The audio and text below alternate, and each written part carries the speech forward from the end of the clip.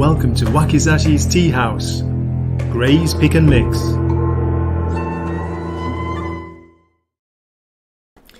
Hello, good evening from Japan. It's Monday, July 31st. Wow, the last day of July. Can you believe it? It's evening here. Wherever you are, is it morning? Good morning. Ohio. If it's afternoon, good afternoon. Konnichiwa. I hope you're good. I hope you're genki. This is Gray with my comic book pick of the week, pick and mix show.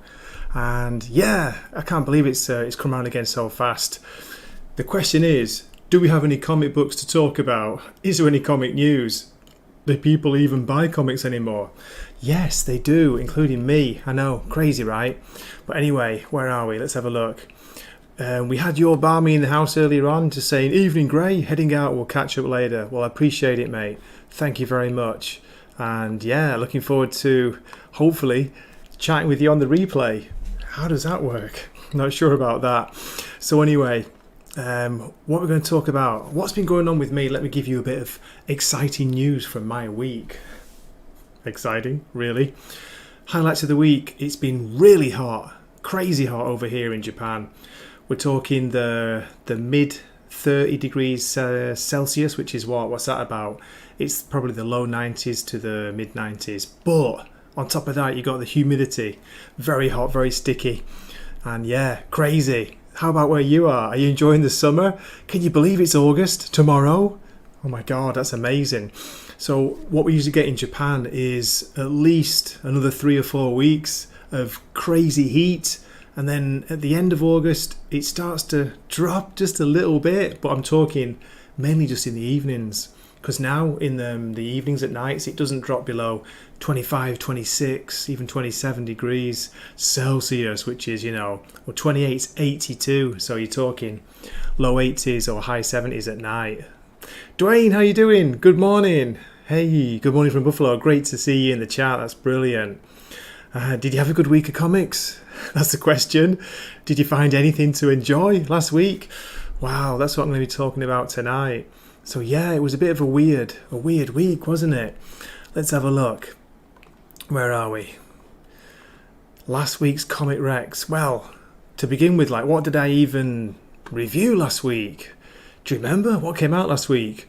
I did do the new issue of Amazing Spider-Man, issue 30, which it was okay. Wasn't terrible until the cringe ending. Last 2 pages where you've got Peter Parker and Norman Osborn talking about how much of a fantastic coffee girl Kamala Khan, Miss Marvel was. Norman Osborn saying, "I'll never forget the times she brought me coffee and made really dodgy jokes." So there we go. And the one that I did enjoy last week, where is it? It was the Superman, The Last Days of Lex Luthor. Now that's a bit pricey, that one. That was a $6.99 issue 1, but it's Black Label. It's a long issue. You get a lot of pages for that. Great art by Brian Hitch, and of course the comics written by Mark Waid. Now what was interesting with this is that it kind of came out of nowhere. There was very little press for it. Do you know what I mean? Did you hear anything about it on your end? Exactly, mate. Yeah, just shouting that one out. That was probably the release of the week for me last week. Superman, The Last Days of Lex Luthor. It was really fun. Let's see if I can share the comic release page. Here we go. Yes, so there we are. Let's have a look. So as I say, and this, I had to scroll down to the second row to find this. Or is it the third row? Yes. No, it's the third row. My God. Look at that. So from last week, I know I did talk about it in last week's show, but just briefly, there was only one DC Comics title in the top row, which was a Night Terrors issue 2. Nothing to write home about. And then down the second row, we had Incredible Hulk issue 2. That was pretty good. If you like a Hellboy style, like BPRD, that kind of style of story for the Hulk, it doesn't really feel like a Hulk story yet, but it's a good horror story by Philip Kennedy Johnson. That was cool. I did enjoy that, and the art's pretty good. Now there is one I wanted to show a little bit of the interior, some of the art. This one here, Night Terrors Detective Comics issue 1. This came out last week. Now this is written by Dan Waters, one of the fairly new supposed British invasion. Remember that? Remember that, Dwayne, back in the day? Alan Moore and, Grant Morrison, Peter Milligan, Jamie Delano. Wow, I'm talking years ago. That's when I was young and getting into comics.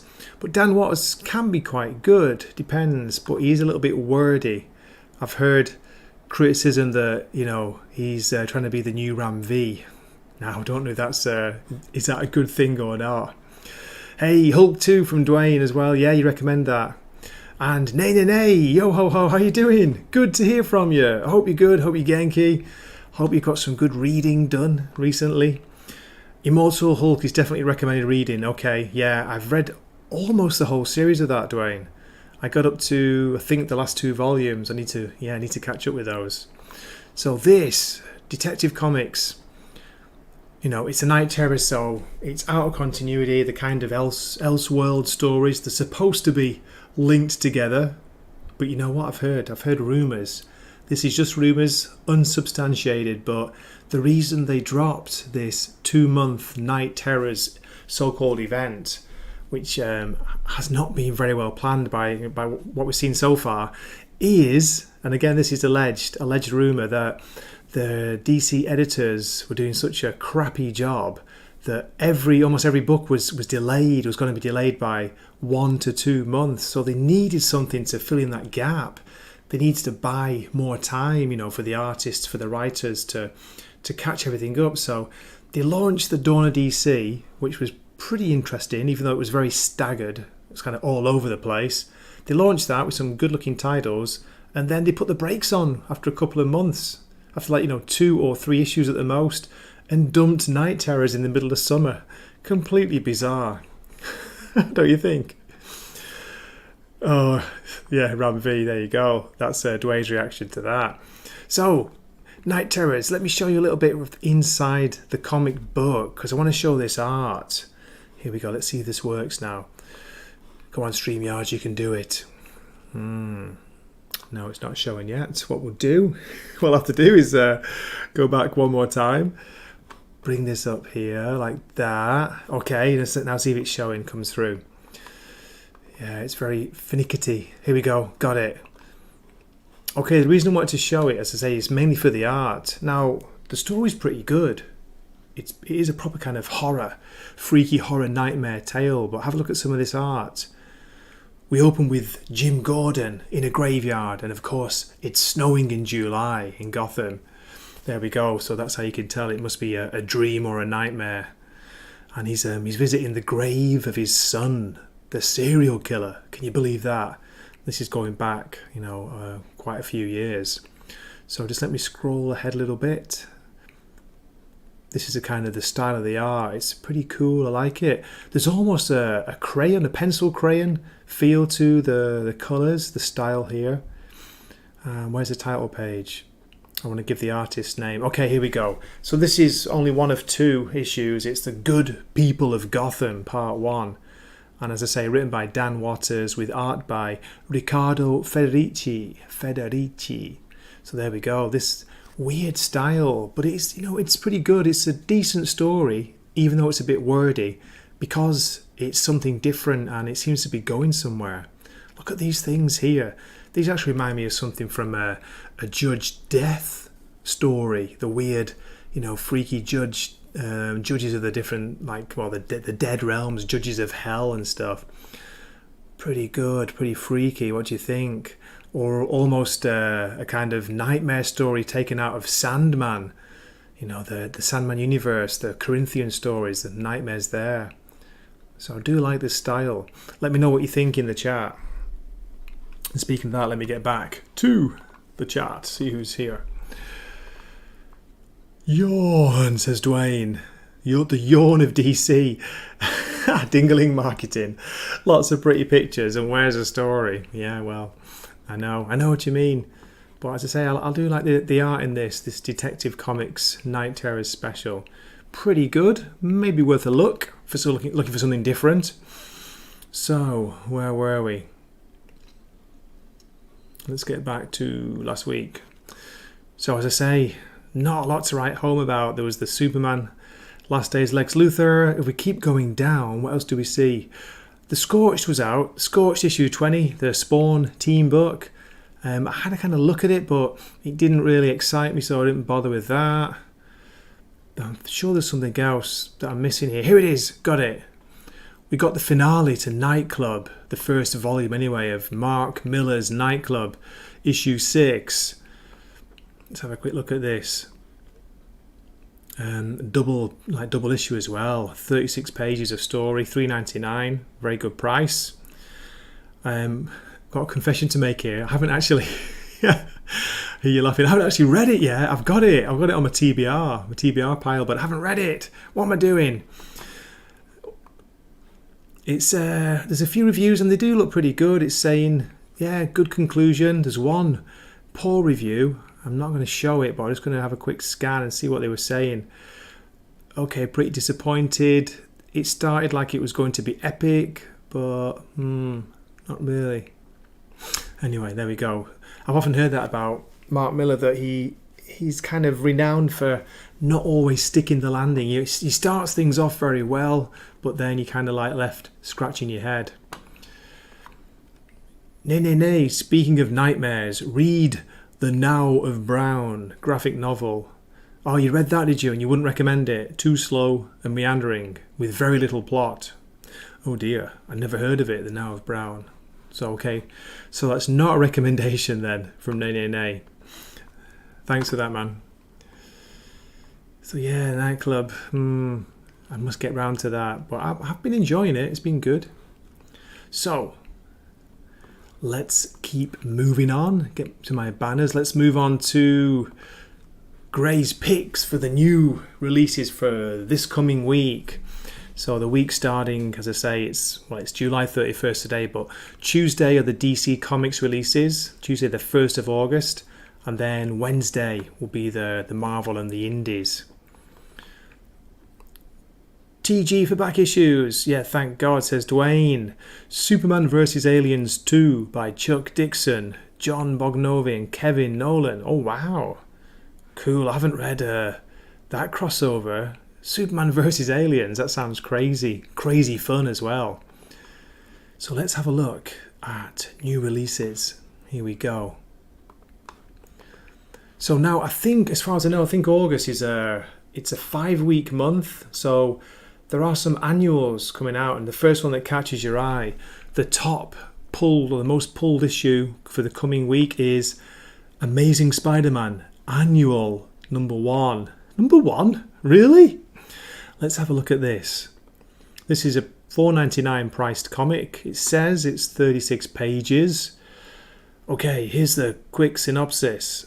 Now, what's interesting, it's not written by Zeb Wells. So, hey, it might be good, right? Written by Erica Schultz with art by Julian Shaw, it says here. Hallows Eve will attempt her biggest scheme yet, breaking Chasm out of jail. Currently imprisoned in Madeleine Pryor's new demonic limbo embassy, Spider-Man's misguided clone is more vengeful than ever, and Hallows Eve is the only one who dares to let him loose. I'm talking about Chasm, yeah, which I think is Ben Reilly, if I've got that right. Does she have the skills and the nerve to go head-to-head against the Goblin Queen? And how will the dark tidings from this year's Hellfire Gala impact her bold rescue attempt? So, doesn't sound like a lot of Spider-Man in the Amazing Spider-Man Annual, issue 1. The pushing, of course, this character Hallows Eve and the Goblin Queen, and of course Chasm, who I don't really know. Let's go back to you in the chat. You love the ending. Dark Side is such a great host. Okay. Oh, sounds good to me, Dwayne. So what about this? What about the Amazing Spider-Man Annual, number 1? Any excitement from you? Let's see what people are saying about it in the chat at the bottom. And some of the more recent ones. Can't wait for this to come out, says somebody. Hallows Eve is more of a hero in this series than Spider-Man. What a shame. Loving the Hallows Eve series right now, so super excited to see her featured in this. Hope she stays a while. Okay, there we go. And then someone else here saying Corinne Howell is quickly moving up to moving up the list to be one of my favourite artists. I'm glad to see her branching out of Vault Comics into the big three. Corinne Howell, did I miss that? I thought it was... Oh, that's the cover artist. Okay, don't know her. Cover artist Corinne Howell. Main artist Julian Shaw. So there's no interior art from this. I don't know what it's going to be like. I don't know what it looks like. We'll have to see. So let's go back. Ironcaster, mate, great to see you. And yes, this is one I want to shout out. This is the indie pick of the week from me. There's a new series and a new issue 1 of Conan the Barbarian's coming out, and this time it's going to be published by Titan Comics, the British company. Have a look at this. Check this cover out, first of all. Titan Books. So, is it Dan Parsonian? I've got that right. Dan Pano. No, it's Dan Panosian or Panosian. Sorry about that. Look at this cover. Look at that. That looks awesome. But check this, the little bit of type at the top here. Image 1 of 17. Does that mean there's 17 variant covers? Now, they're not all different. There are some, with or without the text. Let's have a look. Should we have a scroll through? And let me know if there's any interest for Conan the Barbarian coming out. So yeah, I want to see this cover. I think this is the main cover. Then we've got, where are we? Oh, it's kind of blurred here, can't read it. On the Green exclusive. Comics on the Green, so that sounds like a comic shop exclusive. There's a De La Torre cover, Roberto De La Torre, this one. That looks pretty cool, doesn't it? Look at that. It's like an old-fashioned style Conan, going back to the classic Marvel 70s run. The Stanley Art Germ Lau cover here. I don't know why or who this character is, but it sure ain't Conan. Then there's one here by Zurcher, the retro cover. Let's see if I can find the full name. It's not showing up. This is at the bottom here. Wow, but this is a pretty cool one. No, actually, this is more like the Marvel Classic, isn't it? The Marvel Classic run from the 70s. Yeah. Then we've got a Mike Mignola, Hellboy style Conan cover. Don't know, it's cool. It's his style, it's his design, but it doesn't look much like Conan there, in my humble opinion. Gist one cover. So yeah, as you can see, plenty of covers. Let me just break out here. You can see a list of the cover artists. Okay, there's only a couple listed there. The Roberto De La Torre and Dan Panosian. There's also a classic movie novel version, a replica version cover. Look at this one. Doesn't say who it's by, but let me click on it a sec. Oh, look at that. Arnie! Looking brilliant. Dwayne saying the boat sank and the Marvel Universe was on it. Spidey was the captain. Dwayne, did you read the Hellfire Gala? I only heard about it.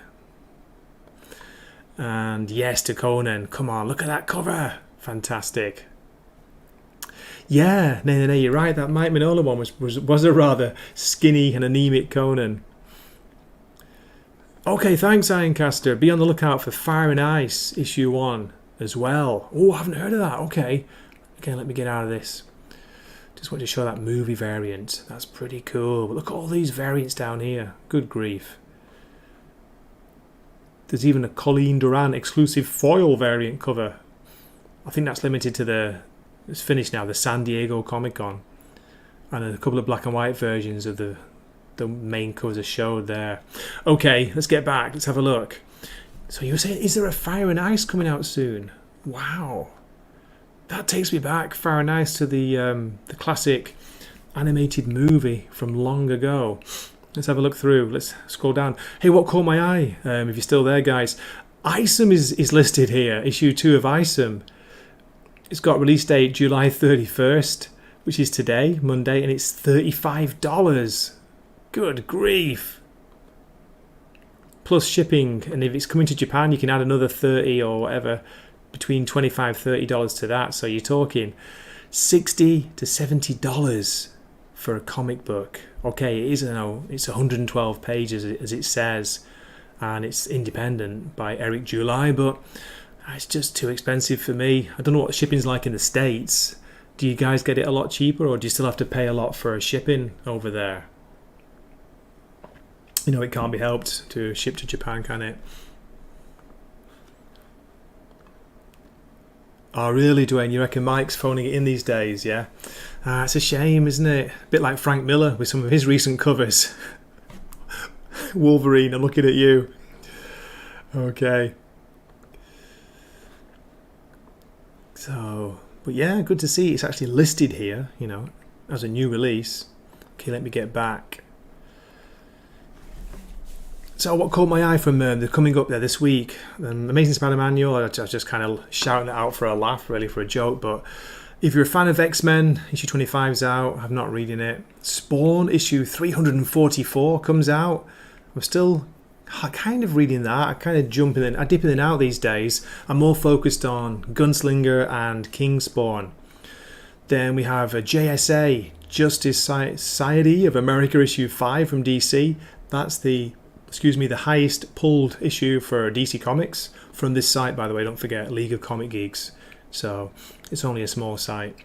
Doctor Strange issue 6. Then we go down for the next DC issue. It's The Adventures of Superman, John Kent. I think that's the final issue. Issue 6 of 6. Haven't been reading it again. The Night Terrors Batman issue 2. I thought issue 1 was so disappointing, so I won't be bothering with that. Then we have the last run in The Lost Years, issue 5, for any Teenage Mutant Ninja Turtles fans out there. Star Wars Yoda, now you're okay. A couple of Night Terrors, The Joker and Poison Ivy. Scroll down. The one that I enjoyed last month was this one, Night Terrors Ravager. Issue 2 comes out.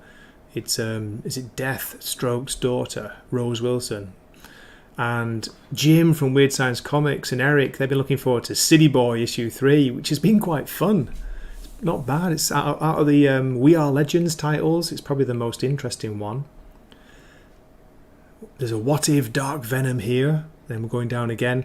Now check this out on the from the Star Wars universe. Star Wars Dark Droids issue 1, $5.99. Mamma mia. $5.99. Let's have a quick click onto that.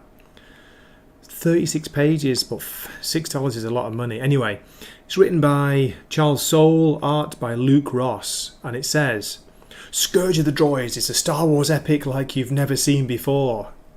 Really? Who or what is the Scourge, and why is no droid safe? As a corruption spreads from one droid to the next, the rebellion and the Empire face chaos.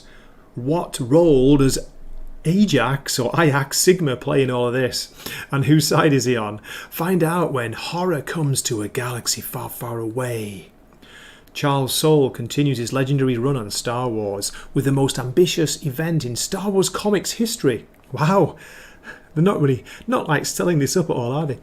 Joined by his War of the Bounty Hunters collaborator, Luke Ross, the superstar team carves a new path for the future. Now, out of interest, the variant covers. Here's the main cover. Variant covers there are 1, 2, 3, 4, 5, 6 variant covers. Good grief. Anyway, any interest in Star Wars comics these days in the chat? Where are we? Thank you very much, Nene. If any, tell you, not many people watch this show, but it does get quite a few replays later on. People watch. I don't know how far they watch, and I'll try and keep it short anyway. Don't go past 45 minutes. But yeah, thanks for that, Nene. Do give it a little like, and if you feel like dropping a comment after it's finished, that would be amazing. I like my comics right in front of me, says Dwayne. Let me have a guess. The corruption is rust. Corruption is rust. I tell you what, in Japan, with it being a very humid country, a very damp country, everything rusts in Japan. It's unbelievable. Okay, Dwayne says, I haven't read X-Men since Hickman, the beginning of Hickman, and then it became a big turd in the punch bowl. Very unfortunate.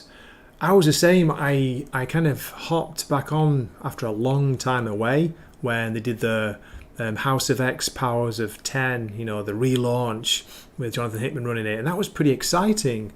But then they brought out like 4, 5, 6 more different series. You couldn't keep up with them all, and I don't know. I just thought the idea of having like anyone can be resurrected now. Any X-Men that dies, just quickly gets resurrected. Just takes any kind of threat or meaning, any stakes. They've all gone from it.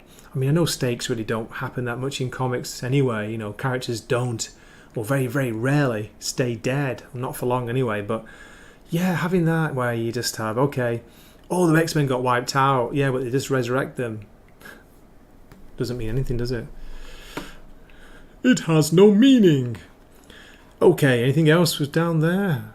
Scrolling down.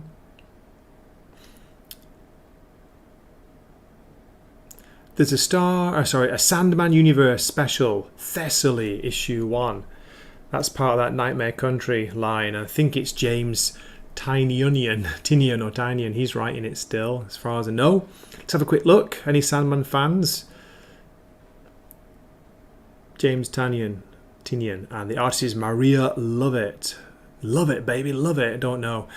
The immortal witch Thessaly is no stranger to dead ends, but she's won the hearts of gods and beings more powerful than gods, and persistence has always been her strong suit. Following her scheming machinations in Nightmare Country and Dead Boy Detectives, Thessaly is more determined than ever to suss out the seemingly impenetrable mystery surrounding the death of Madison Flynn. To do that, she's going to have to get close to the source material, close enough to magic herself into the job of screenwriter on Madison Flynn's biopic. God almighty. But she's going to need a little help to keep the gig. Perhaps one of those muses the King of Dreams told her about long ago. I think Madison Flynn was the kind of main character in the first Sandman Universe Nightmare Country, the Corinthian series. So she was an artist and she kind of got to know the Corinthian. Not excited about that at all. Is there any wow, there's no discussion, no comments about it, nothing, no interest there. Oh well.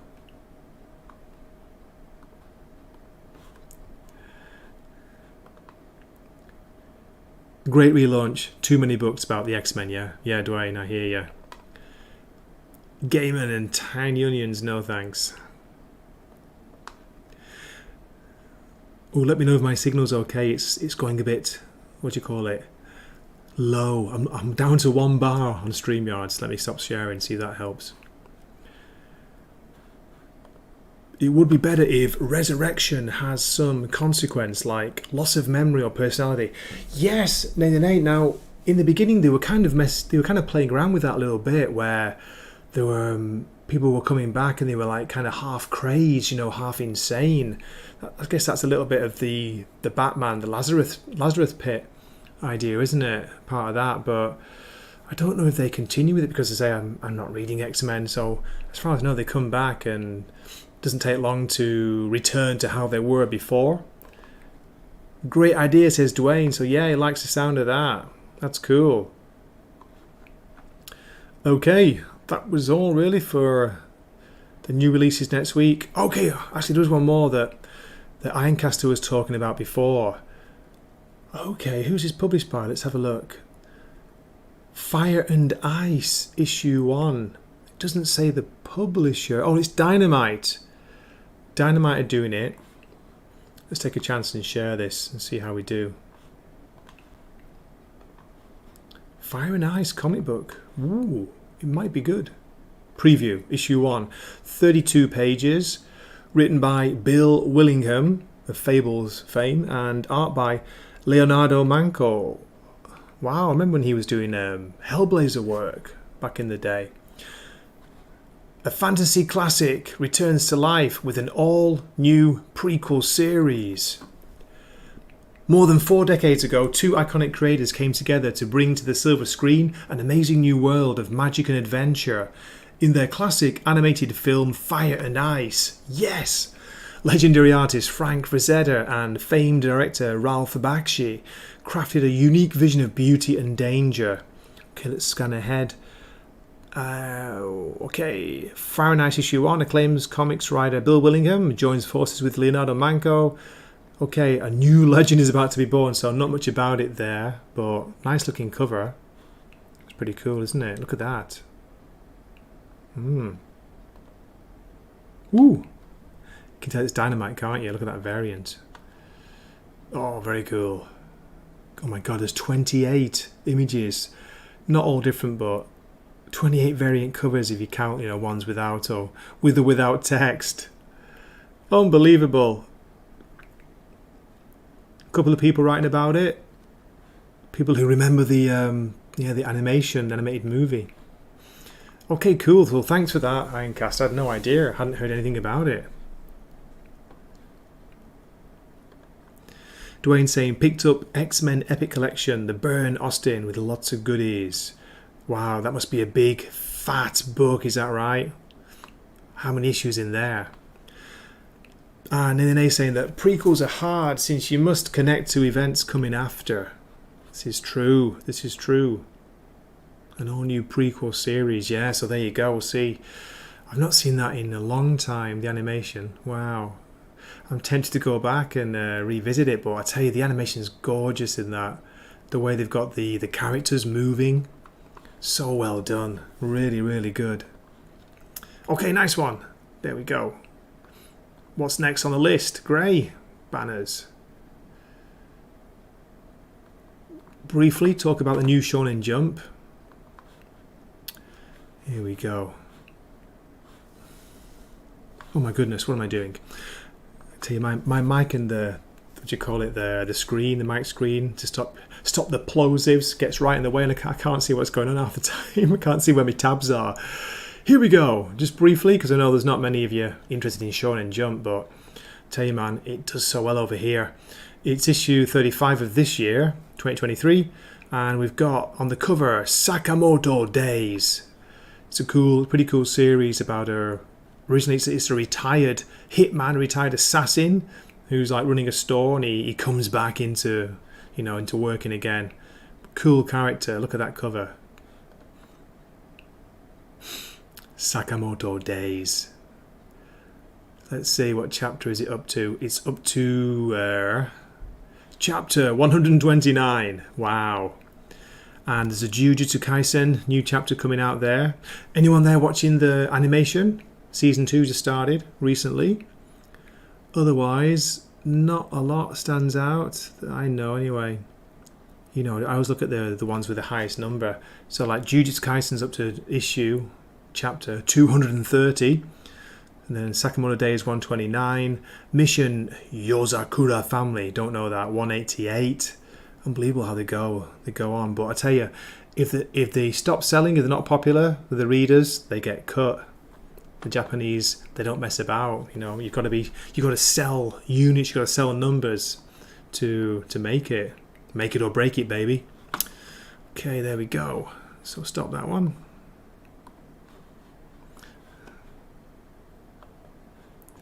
Okay, Dwayne. So the X-Men collection you got, it collects 129 to 143. Wow, back in the day, hey, of John Byrne. Sounds good to me. Okay, got a little bit of comic book news before we finish. Yes. Now, I was talking briefly about the Night Terrors issue 2, which came out. I haven't really read it. I just listened to Jim's review. If you do check out Weird Science DC or Weird Science Comics on YouTube, he does put the podcast they do like a couple of days after it comes out on Patreon. He puts it up on YouTube, so it's hilarious to hear it. They're very funny reviews. It's quite long though. Anyway, let's see. This is what I wanted to share with you.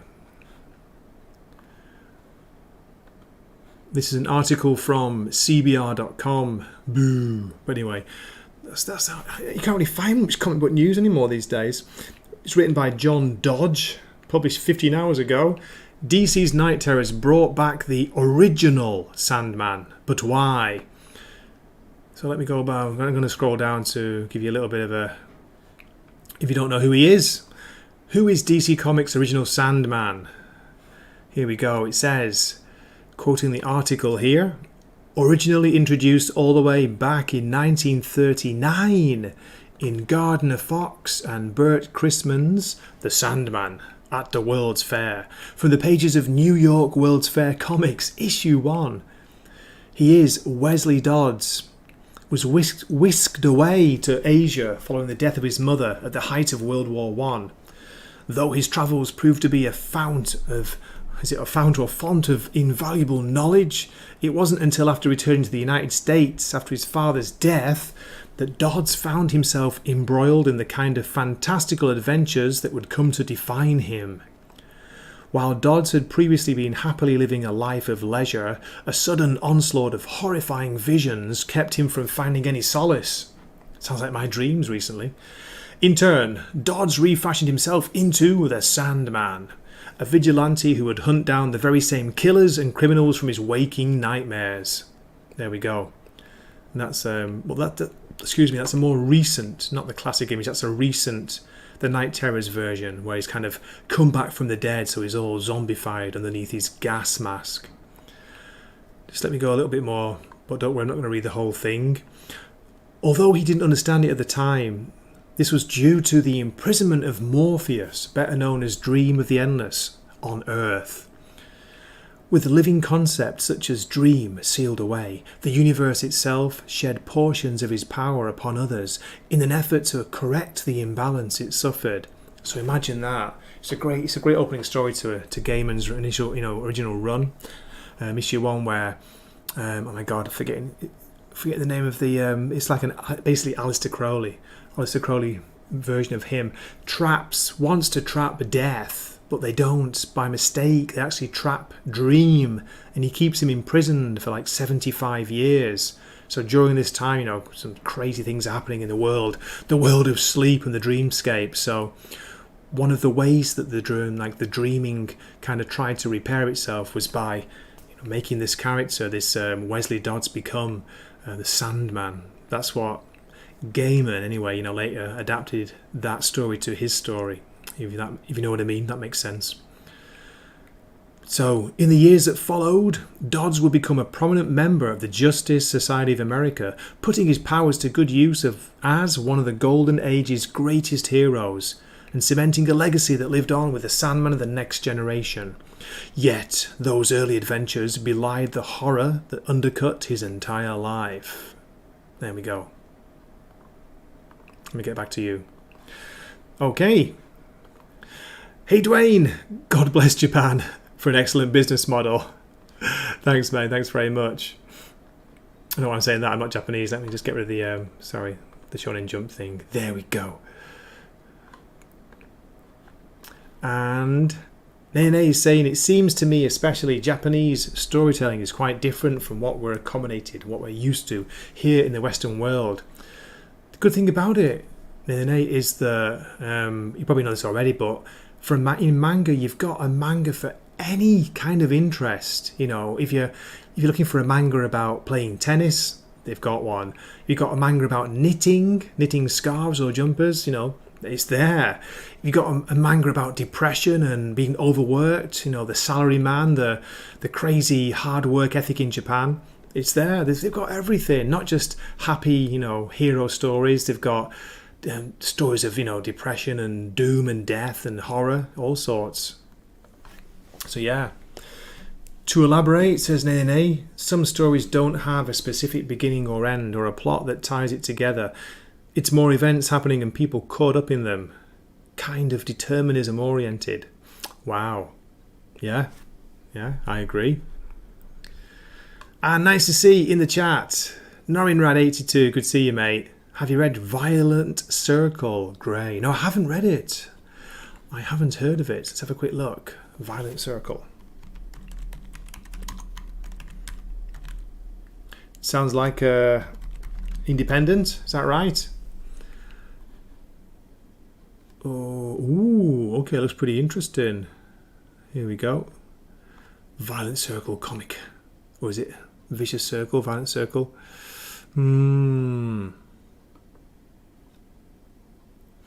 I'm not sure. There's one here that's popping up called Vicious Circle. I don't know if it's new. It's about time-traveling assassins. Does that sound familiar? Let's have a quick look. Let's share this. Thanks for the shout out, Noinrad. And oh yeah, going back to Sandman. Wesley Dodds is a very cool character in the right creative hands. Yes. This is the one. Stay positive. Thanks, baby. Vicious Circle. Okay, let's share this. Looks quite interesting. Before I finish, I'm going to finish in a few minutes just to let you know. Not going to be waffling on too long. Here, thank you for that shout out. Again, it's this is comicbook.com by Jamie Lovett back in December last year. A Vicious Circle by writer Matson Tomlin and artist Lee Bermejo. Brilliant. Okay, I like his art. Published by Boom Studios. Okay, it puts readers into an ongoing battle between two time-travelling assassins. It picks up once following a 10-year respite. Okay, sounds interesting.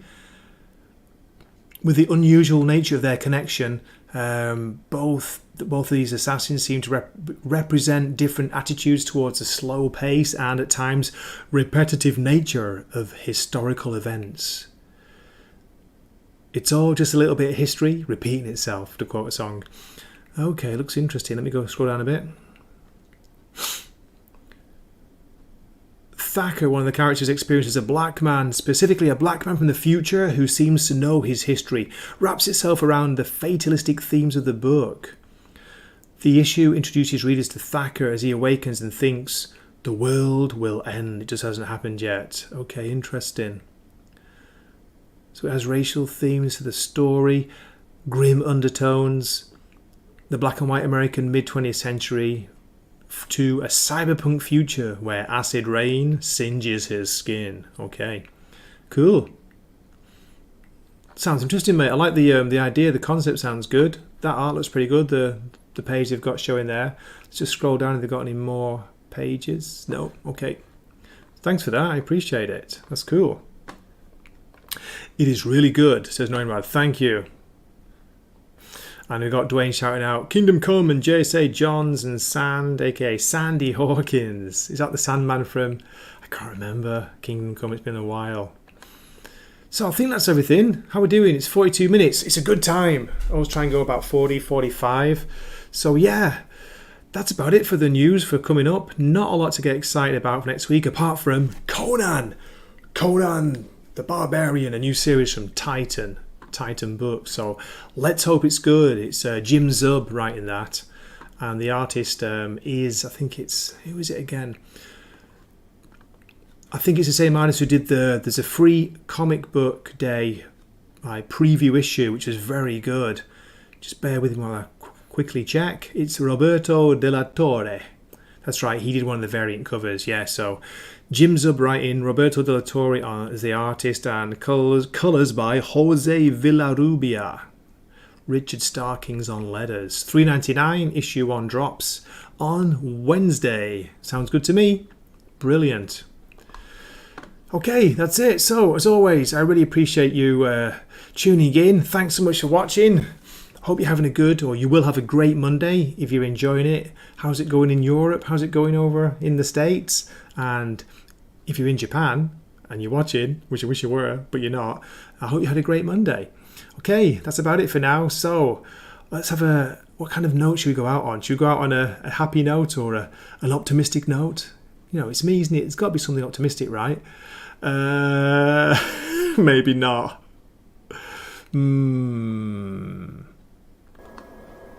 Open the pod bay doors, Hal. I'm sorry, Dave. I'm afraid I can't do